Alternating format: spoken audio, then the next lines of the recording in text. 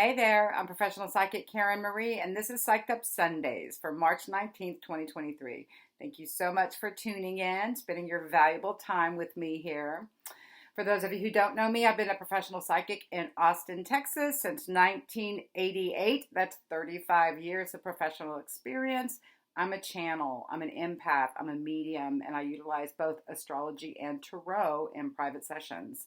I also facilitate past life regressions, rebirthing sessions, psychic development instruction, house clearings, and house concerts. So if you're interested in knowing more about my private work, I've got the link to my website below and my email, so feel free to shoot me any questions you have or take a look at my website. So I'll be talking about the transits for this upcoming week in this video, and do we have a powerful week on tap. I also want to give a shout out to my daily little 1-minute videos that I post here on this channel and also on Facebook, Instagram, and TikTok. I draw a tarot card. I talk about the important transits for the day, and I keep that all in a minute. So make sure you check those out for your daily little dose of me and what's going on in the world around us. Also, I will be posting separate videos for each sign where I will draw 3 tarot cards and channel a recent past, a right now, and a card for the week ahead. I'll put the links to those videos below here once I get them uploaded. So make sure you check those out. Check them out for your sun sign, your moon sign, and your rising sign. They all should resonate for you. Or if you have a stellium, which means 3 or more planets in a sign, make sure you check out the videos for that sign as well. Alrighty, let's dive in. So right now, I'm actually recording this on Saturday because I've got an event I'll be at all day on Sunday. So the sun is at the last degrees of Pisces today on Saturday and Sunday. They'll be at this last degree of Pisces. So the sun at the last degree of Pisces is actually in a sextile with Pluto at the last degrees of Capricorn. Now, I've talked a lot about Pluto. If you've been watching my videos for a while, I've been harping on Pluto. Pluto is about death and transformation, power and control issues. It's the lord of the underworld. It's the ruler of Scorpio, so it rules the deep, dark waters of our psyche. It reveals truth. It forces us to do our transformational work or bowls us over. It's like a wrecking ball. It will totally transform what area of your chart it's been in. And it's been moving through Capricorn since 2008. Capricorn is an earth sign. It's a cardinal sign. It rules. Pluto is about power and control, death and transformation. So in Capricorn, it has been transforming the power over paradigm that has been set up since our country was formed. Pluto takes about 250 years to get around the entire zodiac. This past year, we've had a Pluto return, which means that Pluto went back to the same point in the skies it was when this nation was formed, July 4th, 1776. And who was in control of this nation when it was formed? White men with money had the power, made the rules, made the decisions. So that top-down power over paradigm has been what the paradigm has been for not only our country, but also for the whole world, that the white man with the money is the one with the power, and he is controlling the underlings beneath him, right? That's the old paradigm that's coming to a crash. I think it's super interesting. I was talking about this last week, that people who are out of balance with their power, who are really egocentric in their power over others, are all focused on self. And I think of a recent past president highlights that. The current president of Russia, where they don't really care about anyone else but themselves. It's the me. They don't care about humanity, right? So they're examples of the old paradigm, and that paradigm is being brought to its knees. This week, Pluto will move into Aquarius for the first time in our lifetimes and for the last 250 years, signaling the beginning of the age of Aquarius. So we've been in the age of Pisces. Like the nodes, the ages go backwards, and each age lasts for about 2,000 years. So we've been in the age of Pisces for the last 2,000 years. The 2,000 years before that, we were in the age of Aries, before that Taurus, etc., etc. So this Pluto moving into Aquarius signals the beginning of the age of Aquarius. Now, Pluto will go back and forth between Aquarius and Capricorn for the next year and a half. And I've got the specific dates because I think it'll be real important just to note what is going on.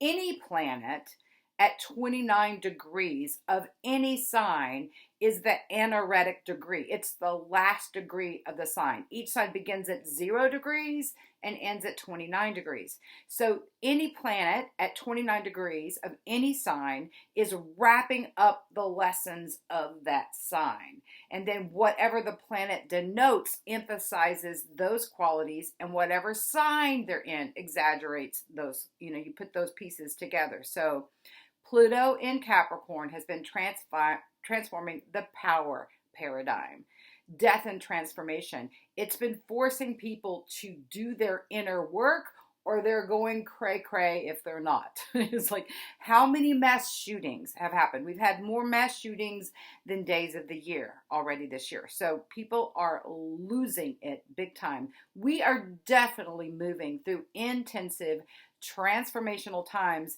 And I would like to say, oh yeah, it'll be over soon. No. It's going to be intensive for the next several years to come, even beyond when Pluto goes into Aquarius to stay in November of next year. We'll then have Saturn conjunct Neptune in 25 and 26, and that will also bring out major endings and major changes. So I use the analogy of labor. So I've had 6 children, yes, birthed them all myself. No. I had the first one natural in the hospital, and then the other 5 were all home births. So I birthed them all naturally, I'll say that. I've had support of midwives, mostly, with my later births. And so with my first birth, of course, when you go through your first baby, you don't know what to expect. You can expect that labor is going to be intensive. I was not prepared for how intensive labor actually was. I had been in labor for 24 hours before my water broke, and it intensified. When I got into the hospital, after already being in labor for 24 hours before my water broke with my first child, they told me, oh, it's going to be a while, because I was only like 3 centimeters dilated. You have to get to 10 to be able to have birth the baby. I lost it mentally at that point. I was freaking out. I can't do this much longer. I was overwhelmed, tired because I hadn't slept, and just like lost it mentally. I still had no complications, still birthed the baby just fine, but I was a wreck emotionally, intellectually, right? So there was almost 5 years between my first 2 children. By the time I had my second baby at home, had been listening to midwives, had been learning that birth was a natural process, not a medical procedure, that I could trust my body.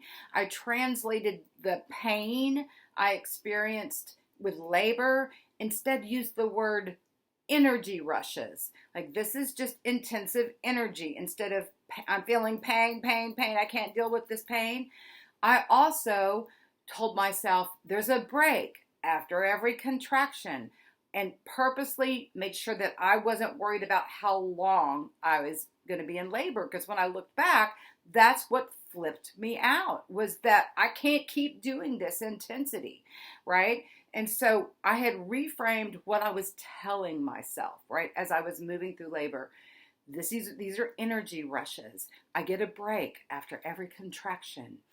I can just be in this moment and take this ride of the waves of the energy rushes, right? And so, because I was more relaxed mentally and emotionally, I had a smoother birth, an easier birth. And so then I just kept working with these same principles that worked. I wouldn't say that I experienced pain in labor because I wasn't telling myself it was pain, right? So it's how you look at things. So there's stages of labor, right? You initially start into labor, contractions get regular. They're not all that intensive. You can feel a pressure, but it's not intensive. When you move through transition, that's when the pressure really intensifies. The contractions come a lot closer together. And until you're fully dilated, at that point, then you can push the baby out. And then, of course, there's the beautiful new baby that you have that's worth all the labor. So I'm using that analogy because we are in labor collectively on this planet. We are rebirthing ourselves personally, and our whole planet is going through a rebirth of a paradigm. The more centered we are in the moment, the more we're grabbing the extra break times to tap in spiritually, to do spiritual practices, to do your breath work, to do your meditation, chanting, prayers, whatever.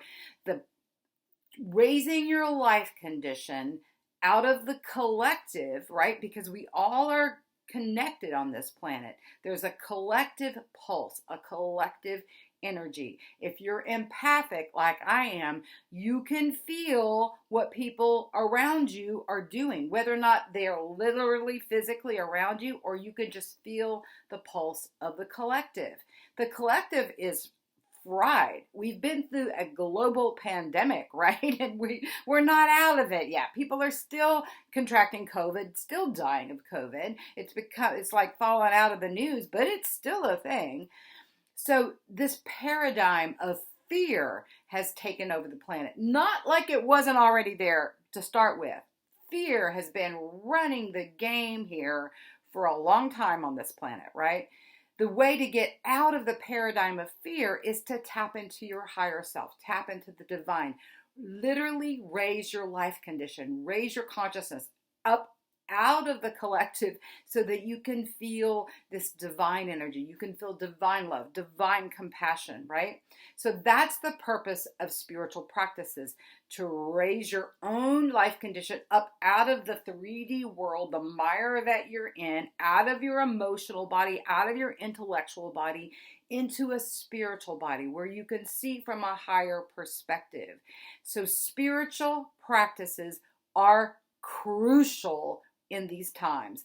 Otherwise, you're going to default to the collective, which are full of rage, full of fear, full of depression, full of anxiety, full of worry. That's what the world is steeped in right now. And if you're not doing something to raise your own energy and your vibe out of the collective, you are going to be effed, right?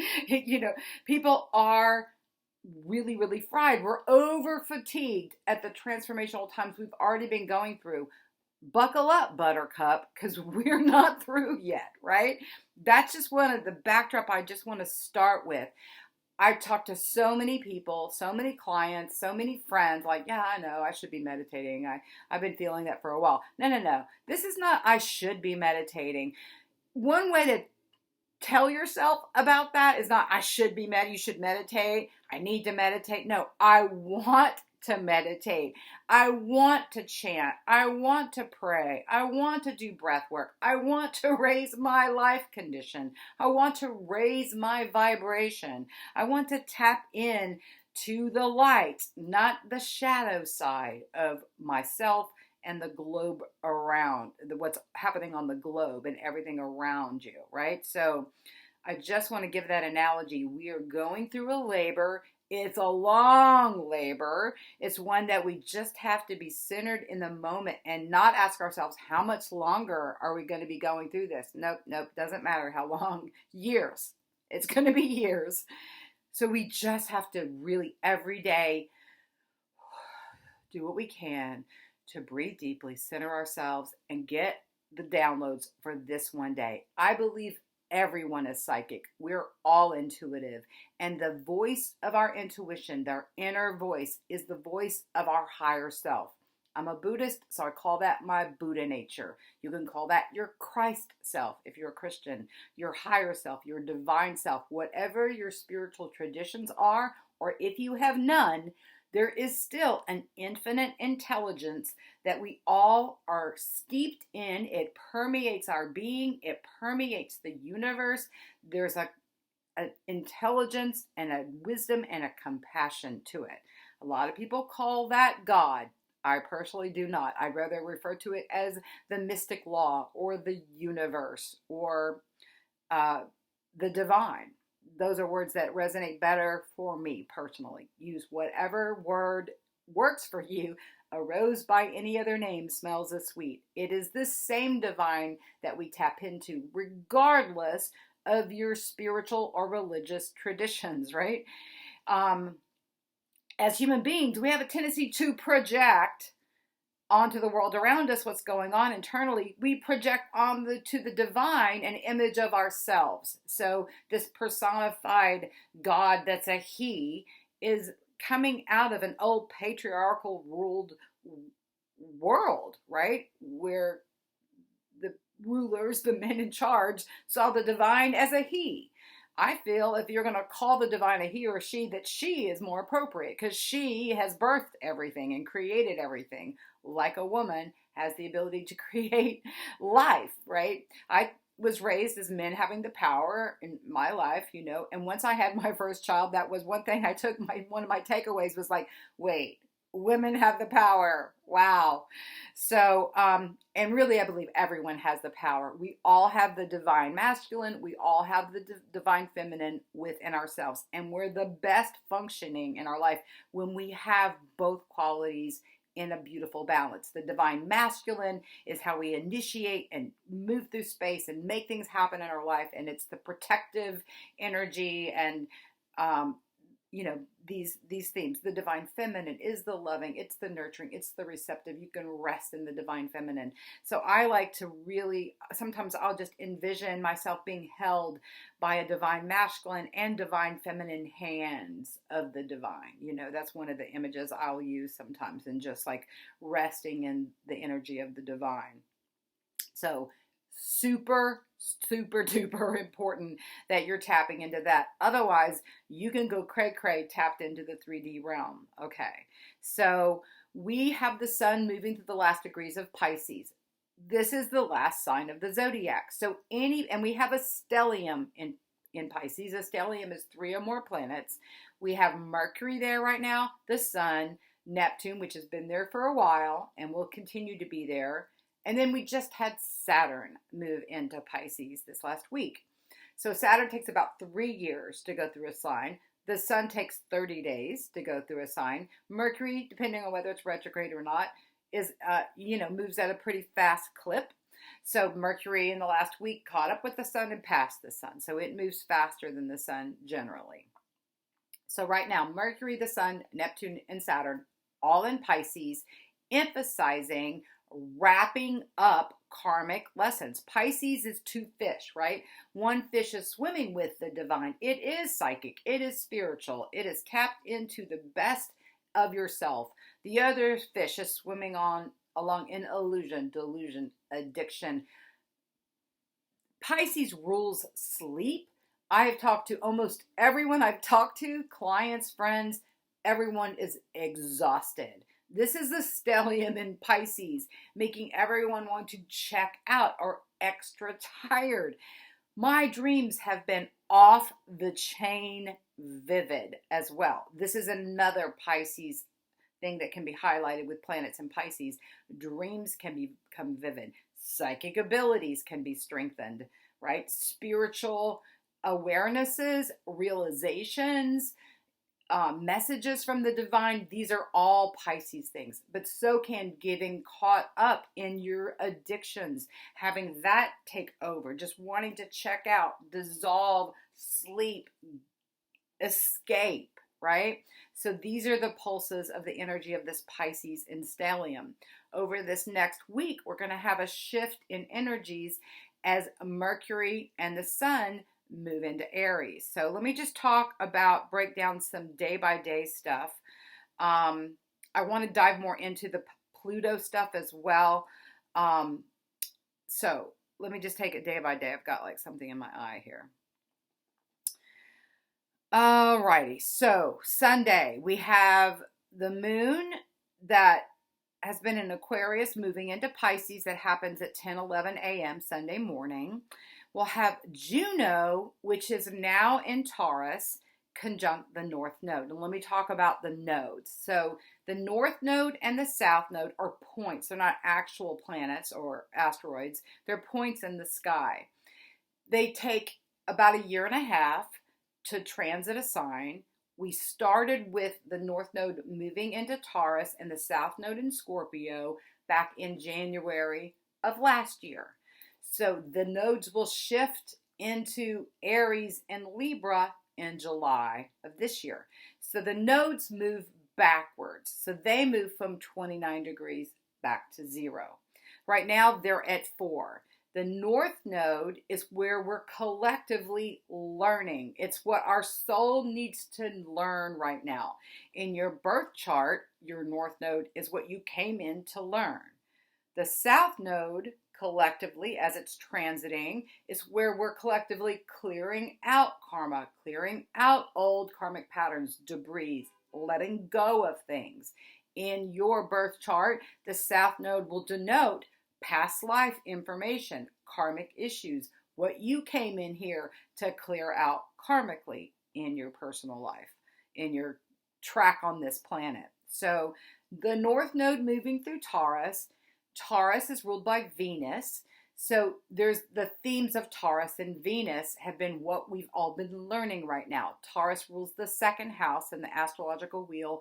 This is about values, valuing ourself first and foremost, our valuables, how we earn our money, how we feed ourselves, how we clothe ourselves, how we store our money, how we store our food. It represents these things. And so as the North Node has transited through Taurus, we're asked to value ourselves more, increase our value, pay more attention to how we're handling our money, our finances. Relationships are prominent as Taurus is ruled by Venus, right? The South Node is where we're letting go. It's been moving through Scorpio. Scorpio is the deep, dark waters. It is ruled by Pluto, making Pluto even more activated. So the North Node is making Venus more activated. The South Node is making Pluto more activated, as if it needs to be any more powerful than it already is. The South Node moving through Scorpio sends an extra charge in with the Pluto energy. Pluto is Lord of the underworld. It rules the deep, dark recesses of our psyche, the things that we've kept hidden. Pluto rules secrets and things that are in the shadow, past lives, deeply buried things in our lives. It's also about transformation. It's the phoenix rising, which is one of the symbols of Scorpio. Most people know about the scorpion being one of the symbols of Scorpio, but so is the phoenix rising. And what happens before the phoenix rises? It catches fire and turns to ash, right? So this transformation where you're completely changed. So as the South Node has been moving through Scorpio, a lot of people have had their deep karmic stuff come up. If you're conscious, and if you're awake, if you're on a spiritual path, you welcome the ability to clean out karmic baggage. That's one of the things I believe we're doing here on this planet, is clearing out karma. If we're conscious and awake, we can change our karma, transform our karma. We chose to be here at this transformational time on this planet. It really is a make or break time. If the dark side takes over the planet, we will extinguish ourselves. We have choice, though. We're not just batted about by what's going on with the planets. We're co-creators. We can choose to, every planet, every sign has a positive aspect and a negative aspect. If you're unconscious, the negative aspects can really wreak havoc in your life. If you're conscious and present, you can draw off the strengths of every planet and every sign. And so one of the things I like to know about what's going on so that I'm aware of what I'm dealing with. Just like the weather, I want to know what the weather forecast is going to be, right? I just do. I want to know what temperature is it going to be? Is it going to be raining? Is it going to be sunny? Do I need to bring a jacket, a raincoat? Is it going to be thunderstorms? Are there a chance of tornadoes or hurricanes? Like, I want to know that stuff. Same with this transits. I want to know what the setup is. So Juno conjunct the North Node. Juno is an asteroid that represents commitments, committed relationships, who we commit to and what we commit to, right? In our birth chart, where the Juno is what we look for in committed relationships or what we commit to in our lives. So Juno is in Taurus right now. It just moved into Taurus this last week. So it's now picking up the values, the things that are just like what I was describing about the North Node, the important aspects of Taurus, the high aspects of Taurus, valuing yourself, what are you doing for your money? Do you value what you do for work? Do you value your physical body, right? So the North Node and Juno coming together can be a commitment to valuing yourself. It can be new commitments that you make to other people as well, other people that will value you, that bring in love, Taurus, Venus. And Venus has now moved into Taurus just a couple days ago. So she's at home. She's the ruler of Taurus. She didn't really like it in Aries.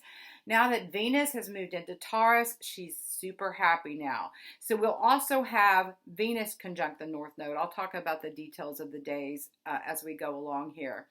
But so there's a powerful energy going on in Taurus with Juno and Venus both crossing the North Node, which could signal new committed relationships, right? Okay, so when I talk about when things are exact, or I'll give times and days, just know that you can feel transits before they happen. You can feel them afterwards. You may feel them when they're exact. You may notice certain things happen when transits are exact. But you can always, I feel transits a lot of times ahead of time, right? I'm always looking. I have a calendar that shows me where everything is, when it's changing signs, how it's affecting the collective, and how it's personally affecting me. So I just keep tabs on that. I write notes. I just pay attention. On my computer, I keep the current planets and where they're at pulled up. I keep my birth chart with the current transits around it pulled up, and I just pay attention. It's one of the things that I just stay on top of, because it's just, I'm an astrology nerd first and foremost, and I'm just curious. It's so interesting to me. It's fascinating how right on transits can be, and they can show up in our personal lives and show up in the lives around us. Like right now with Pluto at these very last minutes of Capricorn, it is wrapping up the lessons of Capricorn in these, it's a wrecking ball. So it's going to be tearing down the power over paradigms in your own personal life. Pluto can represent empowering yourself. That's the positive aspect of the power of Pluto. Empowering yourself, doing your deep inner work, being willing to dive deep, look at your shadow selves, transform deeply karmic buried tendencies, make changes that are for all lifetimes ahead of you, right? So when you do something in a deep transformational way, you don't go back. You change, right? And positive change is what we're after. It's what I'm after anyway. We have no choice with Pluto running the show right now. So top-down power structures all over are tumbling to the ground, right? This last week, they put out a warrant for Putin's arrest for war crimes. Now, whether or not that'll happen or not, but it's a signal that people are looking at how he's dealing with power and saying, no, that's not cool, right? Trump. My intuition is that he's going to be indicted on 7 different counts in 7 different areas, right? He's under scrutiny for his taxes, deflating the amount he made so that he wouldn't have to pay taxes, inflating it for getting loans and insurance, right? So this is an area that he's going to be called under scrutiny, using his power and changing things around. Of course, we have the January 6th event that he initiated that he'll be called into account for. Those top secret records that he absconded with, and who knows what he did with them. Trying to get votes in Georgia is one of the things he'll be indicted for in the near future. The Stormy Daniels hush money case, not only did he have an affair and pay to keep her quiet, but how he logged that money was illegal. So these are all like misuse of power signs. And so he is getting his comeuppance as these things go by. And this is not politics. I never liked Trump, not based on his politics, because he was a womanizer before he ever ran for president, right? I'm a girl's girl. Like, I don't like any men that are players, like, that are womanizers. Just on that principle alone, I've never liked Trump. People talk, oh, but he's a good businessman. No, he's not. He had failed businesses. He was on the verge of collapse when The Apprentice started up, right? And anyway, I'm not going to go into detail about him, but he can represent this old paradigm. The white man with the money is the one in power. We're moving into the age of Aquarius. Aquarius is 2 wavy lines. Aquarius is humanity. It's everybody's important. We need all hands on deck. Everybody coming up to the table.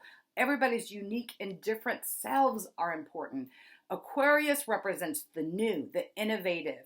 Capricorn is the old, the way we've always done things. So we're balancing back and forth between this. Again, Pluto is going to go into Aquarius this week. Let me take you on a day by day. Okay, so Sunday, we have the moon in Pisces. We'll have Juno conjunct the North Node. On Monday, we have Venus in Taurus will be conjunct the North Node. Again, these with Juno conjunct the North Node and Venus conjunct the North Node, this can be beautiful new beginnings in relationships. So just, you could have people come into your life over this weekend, over the next couple of days, again, beforehand, afterwards, where it's new, beautiful relationships forming. So it's a beautiful, sweet kiss when it comes to relationships.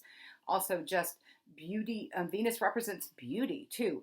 The arts, creativity. So you could have come up with a beautiful thing that you're writing, or a beautiful piece of music, or a beautiful piece of artwork that you create. These are all things that could come about. This downloads of how to value yourself more, changes that you can make. Juno's commitments, maybe a commitment to taking better care of your physical body could be one of the ways that Juno conjunct the North Node could show up. Then the sun will sextile Pluto on Monday the 20th. So the sun at 29 degrees will be in a sextile. Sextile is a positive relationship, so it can bring out the best. It's the sun at the very last degree of the whole zodiac. Really kind of if you've been doing your work, you can get a little reward coming in on Monday. It can be a sweet kiss. Then the sun moves into Aries at 4:24 p.m. That's Austin, Texas time, Central Time Zone in the United States. Make allowances for your own time with all these times that I give you. That is, of course, the spring equinox, the beginning of spring. So that's 4:24 p.m. Monday the 20th. The sun moves into Aries. Aries is new beginnings. It's the baby of the zodiac. So the Aries themes, the sun in Aries, the positive aspects are Aries are like childhood exploration, where you just want to learn and explore everything. Aries is the pioneer. It's not afraid to initiate. It's full of passion. It follows where there's passion. Aries can be a big, huge bonfire. Aries is ruled by Mars, the god of war. So the downsides of Aries can be impulsivity, rage, impulsive anger, being triggered, being impulsive, not thinking before you do things, being rash and, hot-headed. So people who are more conscious and doing their spiritual work can feel starting new things and exploring new things, being the pioneer, getting something new started in your life. New beginnings of all kinds can start with the sun moving into Aries. It's a great time to initiate something new for yourself in your own life. Take a ride around the zodiac. It's the new year in the zodiac. How the zodiac looks is like January 1st, the calendar year. Monday on the 20th is the astrological new year. So it's the beginning of a whole new cycle. So it can be beautiful in that new beginning aspect. The unconscious, the subconscious can be jerked around. People with rage, unresolved anger issues can be explosive. And again, Aries is ruled by Mars. So look out for explosive tempers, explosions. Keep a wide orb around the people in your life that you know have unresolved issues. Pay attention when you're driving on the road, because this is where the worst of humanity comes out. So listen to your intuition when you're driving. Make sure you're centered before you get in your car and drive, or get in the car and drive. You should put a breathe sticker in the middle of your steering wheel right now. Stop, center, take 3 deep breaths before you even crank up your car, so that you're tuned into your intuition, you're listening, you're following direction, so you know when to avoid certain things. You know, if you listen to your intuition, the flow on the roads can be beautiful, right? All right, so then on Tuesday, the 21st, we have a new moon.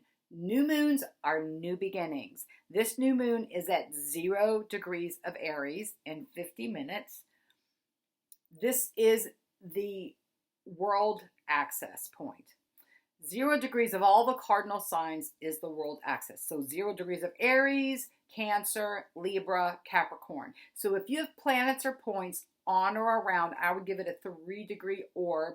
10 degrees is conjunct, but 3 degrees is where you're going to feel this the most powerfully, even up to 5. If you have planets or points in the first 5 degrees of any of the cardinal signs, or the last few degrees of Pisces, Gemini, the mutable signs, Virgo, or Sag, you have planets and points on or conjunct the world axis, which means you came here on the planet to do something on the global stage, right? I have my Mercury at 1 degree of Aries. So one of the things I came in to do is to speak, communicate, carry the message. Aries is the messenger to everyone on the planet, right? That's one of my missions. It's what I do in my private work. It's what I'm doing in these videos. So we have the sun at the 0 degree point, the moon. Of course, a new moon is when the sun and the moon are together. So this happens exactly on the 21st at 12:23 p.m. Austin time. So that's when the new moon. And new moons are always great times.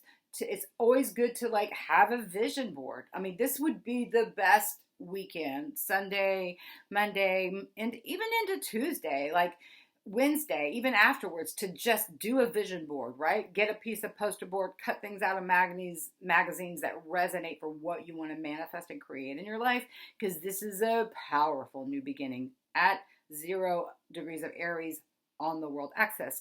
And I'm expecting major global news to come with the sun and the moon Monday and Tuesday, major world news, because the sun and the moon will be on the world axis. So I don't know what kind of news. Astrology is not predictive. Like you can't tell, oh, this is going to happen. You can just see tendencies, right?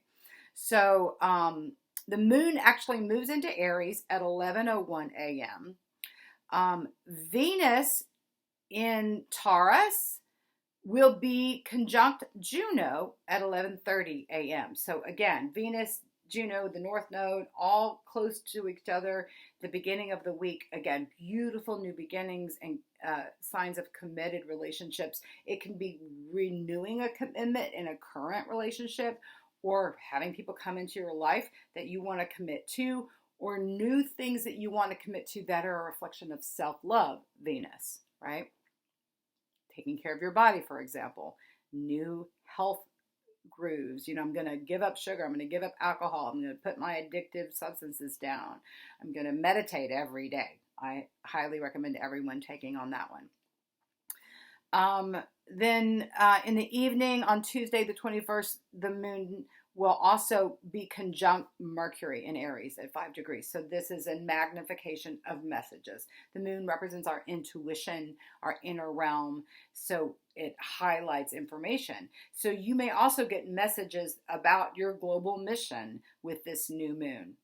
Right? And if you have planets or points in the first degrees of Aries, like I do, you could feel like you get personal information coming in. I'm waiting for mine. Wednesday, the moon will continue moving through Aries. Now, I have noticed when the moon moves through Aries, that's when people will be extra explosive. And not only that, Pluto will be at the very, very last minutes of Capricorn, because on Thursday, the 23rd at 7:14 a.m., Pluto moves into Aquarius for the first time in our lifetimes. It's the first time in 250 years. So unless you remember your past lives and you were around back in the late 1700s, or remember that past life, we have no clue. We're moving into unprecedented times. But the power will be with the people. Right? And let me stop and talk a little bit about this back and forth transits, because I think it's going to be real interesting. So we're getting the foreshadowing of what can happen with Capricorn at 29 degrees. We were seeing it this week, like I said, with Trump and Putin. We're going to be seeing it, Trump and Putin, not Pluton, Putin. And then we'll be really seeing it ratchet up. Wednesday will be at a height, right? Tuesday and Wednesday, this really comes to a head. And then then Pluto will move into Aquarius on Thursday, the 23rd. It will stay at 0 degrees, right? 0 degree points can feel weird, wiggy, and strange. This outer planet, Pluto, has been in Capricorn since 2008. I also find it interesting that when it first went into Capricorn in 2008, we had a worldwide banking financial crisis, right? As it's at the last degrees wrapping up, we had some banks fail, right, over this last week. I find that super interesting, that as it's wrapping up this degrees in Capricorn, we're also having financial stuff fall out. So it'll be interesting also what happens in the banking world over the next few days. So Pluto goes into Aquarius on Thursday. So then it will go retrograde again May 1st, turns around and goes backwards. Then June 11th, it'll go back to this 29 degree point in Capricorn. It'll keep going retrograde back to 27 degrees. October 10th is when it goes direct, and it'll be at 27 degrees, right? Then in January of next year, January 21st, 2024, is when it comes back into Aquarius. So it'll be at this 29 degree point again in December and early January. So again, these power and control issues reaching ahead again, right? Going back, we're getting a preview of coming attractions right now. It does this 3 different times, right? So then it goes back into Aquarius January 21st. Then it goes up to 2 degrees of Aquarius this time before it goes retrograde May 2nd of next year. Then it goes September 1st. It's back into Capricorn again and back at the 29 degree point, which it will stay at the 29 degree point between September 1st and October 10th is when it goes direct again. But it stays at this 29 degree point from September 1st until November 19th. So it'll span the elections here in the United States. So it'll be at 29 degrees during the election, taking down the old power paradigm, saying whatever is old school is not what's for our future. Then on the 19th, it goes into Aquarius for the next 20 years. And the age of Aquarius truly begins. So whoever is going to be in power in this country is going to be reflective of everyone, all the people, right? It's going to be someone new and innovative. And if one of the current top runners get elected, I don't believe either one of them will stay in the position long. Biden or Trump, I can't see being the president into this new era because they both reflect the old. They're both old white men with money, right? They have differences in politics and philosophy and blah, blah, blah, but there's both reflective of an old paradigm. So I wouldn't be surprised if there's a new candidates by the time we actually have the election. It'll be interesting what these Pluto back and forths do over this next year and a half. And like I said, my feeling is that whoever gets elected, and if they're not initially elected, like if Biden's, for example, gets elected, I haven't looked at the astrology yet for the election. I will as it gets closer to it. I don't think he'll stay in power for 4 years because of this new paradigm that we're entering into, and he's reflective of the old. So is Trump, reflective of the old power down paradigm. So where does the power paradigm show up in your life? Is it in your family system? Is it in your work situation? Is it where you live? So look for this power over, top down power, that old paradigm to be crumbling. Towers of Babel that will be falling over this next year and a half. If you are empowered, taking your power back, not giving your power away to other people, other things, other situations, other entities, you will be best with these transitions. If your power is connected to your higher self, you're going to be fine, right? If you are trying to hold on to the things of this world, like I said, you're going to probably have it ripped away from you. The world will be changing in ways that are completely unexpected because we haven't experienced Pluto in Aquarius. We have no idea how that's going to show up because Aquarius also rules higher technologies. It rules aliens and extraterrestrials. I'm totally expecting our connection with those from other planets to be out on the global world scale over this next 20 years with Pluto in Aquarius. One of the things, AI advancement, robotics, anything that's this higher vibrational, surprising, unexpected, new, innovative energy is what we're moving into, the age of Aquarius. Again, we're going to be in this age for the next 2,000 years. But we're at this transition point between these two ages, which is a very pivotal time. Again, we're going through a birth. Breathe deeply. Okay, so Thursday, Pluto goes into Aquarius in the morning at 7:14 a.m. In the afternoon at 1:41 p.m., the moon goes into Taurus. Then the moon will be moving over the North Node, the Juno, and Venus over the next couple days after it goes in. It doesn't take long for the moon to transit and go across all three of these within the first 24 hours of it going into Taurus, bringing a very grounded energy that we need to the mix. But as Pluto is moving in these last degrees and the moon is in Aries, it could be super intensive. Again, fiery, explosive energies. I'm a bit worried about Trump supporters that already did what they did on January 6th, that they could be acting out of rage, out of anger, as the moon is in these last degrees of Aries Tuesday, Wednesday. I mean, it's in the last degrees of Aries Wednesday into Thursday morning. So again, this could be an explosive, volatile week. Aries, again, is ruled by Mars, the god of war. It'll be interesting what's going on in Ukraine over there with Russia and any other hotheads on the planet, what they may do with this Pluto at the last degree of the power point and moon and the sun in Aries. Not only do we have the moon and sun in Aries, but we also have Jupiter there, which makes things bigger. We have Chiron there, which is everybody working on healing, how we feel about ourselves, how we feel about what other people, so we've got this huge stellium in Aries too. So I talk about those on the dailies. On Saturday, the 25th, Mars finally goes into Cancer after having been in Gemini for 7 months, since August of last year. Usually Mars takes 6 to 8 weeks to go through a sign if it goes retrograde. Because it went retrograde It was at 25 degrees before it went retrograde in October, and then it went direct back in January. So it will finally move into Cancer. However, Mars is like a fireball being dropped into water. It could be disconcerting. It's a shift, but it can be a weird shift.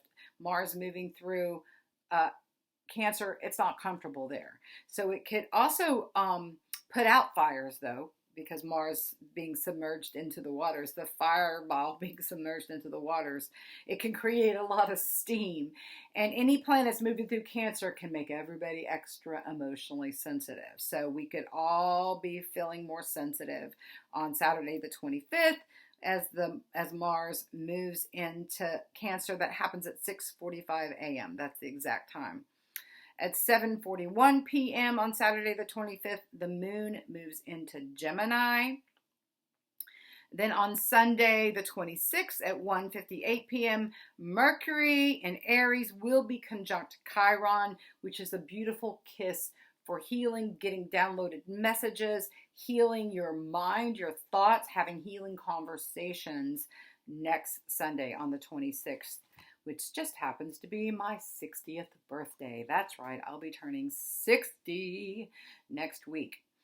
All right, so let me look over my notes to see if I've left anything out. Okay. So we have this new moon this week. The next new moon we have will be on April 19th, and it's not only a new moon, it will be a solar eclipse, and this will happen at the last degree of Aries. So we are entering into the eclipse portal. We feel eclipses at least a month ahead of time. We feel them 6 months afterwards. They're portal. It's like where you go through a portal and you have transformational change, as if we don't have enough things creating transformational change as it is. We'll be having an eclipse in April that we begin to feel with this new moon.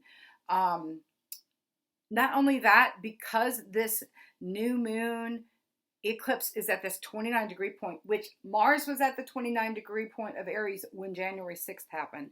So new moon solar eclipse on this last degree of Aries could be intensive, but this is a powerful eclipse that we'll be feeling for years to come, because the sun and the moon will be squaring Pluto at this eclipse. Okay, that's another thing that Pluto squares. The other thing that Pluto is doing besides changing signs, when it changes signs this week, it will enter into a square with the North and South nodes, also called the nodes of fate. Pluto, death and transformation, power and control, squaring what we're collectively supposed to be learning, what we're collectively supposed to be releasing, forcing, aggravated, extravated energy. And Pluto will be squaring the nodes of fate with a 3 to 4 degree orb to exactness between this week and November. So this is going to be the backdrop. Pluto by itself is at this new degree point is creating all kinds of change, squaring an eclipse, squaring the nodes of fate.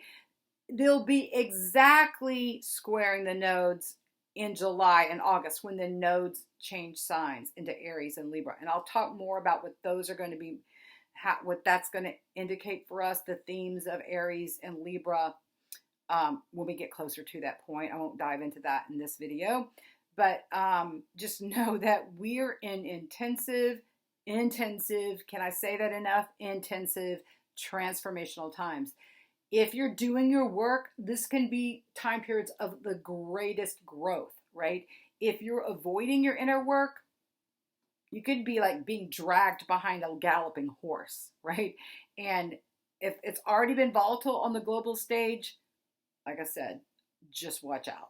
It's going to get even more intensive for those that are unconscious, because they're going to be freaking out, because most people feel safe when they know what to expect. When you have situations where you don't know what to expect, or major changes happening in the world around us, it can be so disconcerting. If you're tapped into your own intuition, you're getting your downloads, your daily guidance, one day at a time, one moment at a time if need be, you're going to be golden, because you're going to know where to put your energies. The more you plug in, the more time. I mean, this would be the time to up your spiritual practices if you aren't already doing them. And if you aren't doing spiritual practices, don't wait any longer. Really, it is your gift to yourself to plug into the divine within yourself and the divine that permeates the universe. And I'll leave it right there. Have a great week. Peace.